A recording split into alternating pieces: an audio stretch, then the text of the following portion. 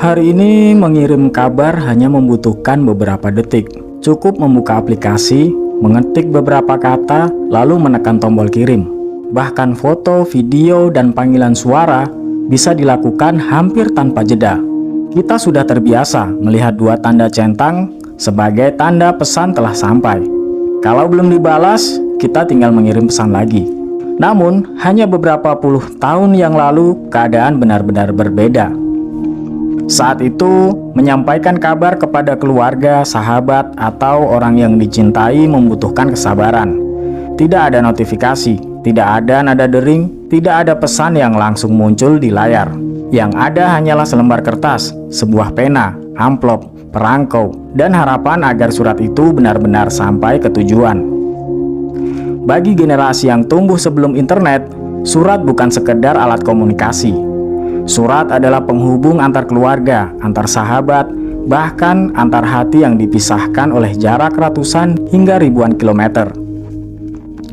Pada masa itu, merantau adalah hal yang sangat umum.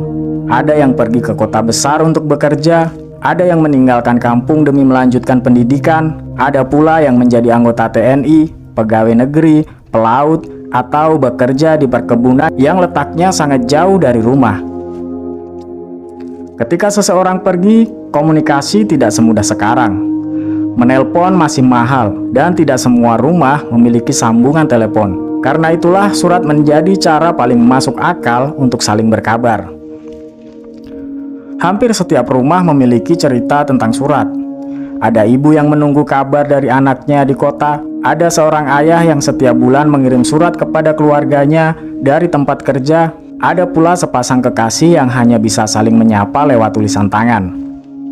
Menulis surat memiliki proses yang tidak bisa terburu-buru. Sebelum mulai menulis, orang biasanya memikirkan dengan seksama apa saja yang ingin disampaikan. Karena tahu surat akan tiba beberapa hari, bahkan beberapa minggu kemudian. Setiap kalimat dipilih dengan hati-hati.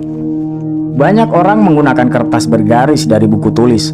Ada juga yang membeli kertas surat bergambar bunga atau pemandangan. Tulisan dibuat serapi mungkin. Jika terjadi kesalahan, sebagian memilih menghapusnya perlahan. Sebagian lagi lebih memilih mengulang dari awal agar surat terlihat rapi. Setelah selesai menulis, kertas dilipat dengan hati-hati, lalu dimasukkan ke dalam amplop. Nama penerima ditulis lengkap, disertai alamat yang harus jelas. Pada masa itu, alamat menjadi informasi yang sangat penting. Kesalahan menulis nama jalan atau nomor rumah bisa membuat surat terlambat sampai, bahkan kembali kepada pengirim. Langkah berikutnya adalah membeli perangko. Nilai perangko disesuaikan dengan jenis kiriman. Bagi anak-anak, perangko sering menjadi benda yang menarik. Gambarnya bermacam-macam, mulai dari tokoh nasional, hewan, bunga, hingga peringatan hari besar. Tidak sedikit yang akhirnya mengoleksi perangko sebagai hobi. Sesudah perangko ditempel, surat dibawa ke kantor pos atau dimasukkan ke kotak pos. Sejak saat itulah perjalanan panjang sebuah kabar dimulai. Di balik sebuah surat yang tampak sederhana, ada pekerjaan besar yang jarang dipikirkan orang. Surat-surat dari berbagai daerah dikumpulkan, dipilih berdasarkan tujuan, lalu dikirim menggunakan truk, kereta api, kapal laut, bahkan pesawat untuk daerah yang sangat jauh. Semua dilakukan secara manual dengan ketelitian tinggi. Setiap hari, ribuan hingga jutaan surat bergerak dari satu kota ke kota lain. Di dalamnya ada kabar kelahiran, berita duka, undangan pernikahan, surat lamaran pekerjaan, kartu ucapan hari raya, hingga surat cinta yang ditulis dengan penuh harapan. Di ujung perjalanan itu, ada sosok yang sangat dikenal masyarakat. Tukang pos. Seragamnya mudah dikenali. Tas besar selalu menggantung di bahunya. Di desa-desa, banyak tukang pos bersepeda menyusuri jalan kecil. Di kota, mereka menggunakan sepeda motor untuk mengantar surat ke berbagai alamat. Kehadiran tukang pos seringkali membawa perasaan yang sulit dijelaskan. Ada rumah yang langsung ramai ketika tukang pos berhenti di depan pagar.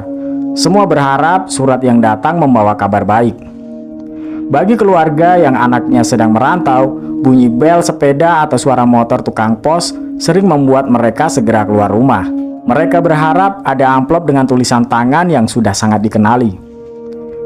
Surat kemudian dibuka perlahan. Tidak jarang seluruh anggota keluarga ikut mendengarkan isi surat yang dibacakan keras-keras. Satu lembar kertas bisa menjadi pengobat rindu selama berminggu-minggu. Yang menarik, banyak surat pada masa itu masih disimpan bertahun-tahun. Ada yang disimpan di lemari, dimasukkan ke dalam kotak kayu, atau diikat dengan pita agar tidak tercecer. Bukan karena kertasnya mahal, tapi karena kenangan yang tersimpan di dalamnya jauh lebih berharga daripada harga selembar kertas. Hari ini ribuan pesan bisa terkirim dalam satu hari dan hilang begitu saja di antara percakapan lain. Namun dahulu, satu surat sering dibaca berulang kali. Tulisan tangan seseorang mampu menghadirkan perasaan seolah-olah ia sedang berada di hadapan kita. Mungkin itulah sebabnya banyak orang masih mengenang masa berkirim surat dengan senyum kecil. Karena setiap amplop yang datang bukan sekedar membawa tulisan, melainkan membawa kabar, harapan, dan rasa rindu yang telah menempuh perjalanan panjang sebelum akhirnya sampai ke tangan orang yang menunggu.